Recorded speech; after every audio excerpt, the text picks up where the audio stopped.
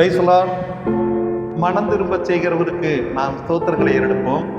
ஓசியா 14:1 நாம் பார்க்கிறோம், இஸ்ரவேலே, உன் தேவனாகிய கர்த்தரிடத்தில் திரும்பு, நீ உன் அக்கிரமத்தினால் விழுந்தாய் என்று சொல்லி அங்கே ஓசியா புத்தகத்திலே நாம் வாசிக்கிறோம்.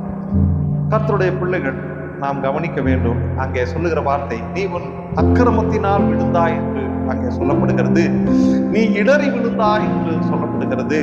அந்த இடறி விழுந்தது என்று சொல்ல போது உலகத்திலேயும் விக்கிரகங்களுக்கும் மாயான காரியங்களிலேயும் அவர்கள் விலகி போவதுதான் அங்கே இடறி விழுந்தாய் என்று சொல்லுகிறார். அதோடு கூட அவர் நிற்கவில்லை, நீ பாவத்தில் விழுந்தாய் என்று சொல்லுகிறார். பாவம் செய்யாமல் இருக்க நாம் மனம் திரும்ப வேண்டும் என்று சொல்லி அறைகூவல் விடுகிறார் அங்கே ஓசியா தீர்க்கதரிசி. அந்த அறைகூவலுக்கு நாமும் கீழ்ப்படிவோம், மனம் திரும்புவோம். ஒவ்வொரு நாளும் நம்முடைய மனம் புதிதாகட்டும், கிறிஸ்துவை சார்ந்திருக்கட்டும். ஆமென். கர்த்தரோடு அமைதியாக விசுவாசம் வைத்து வாழ நம்மை அர்ப்பணிப்போம். கர்த்தர் நம்மை ஆசீர்வதிப்பாராக. ஆமென்.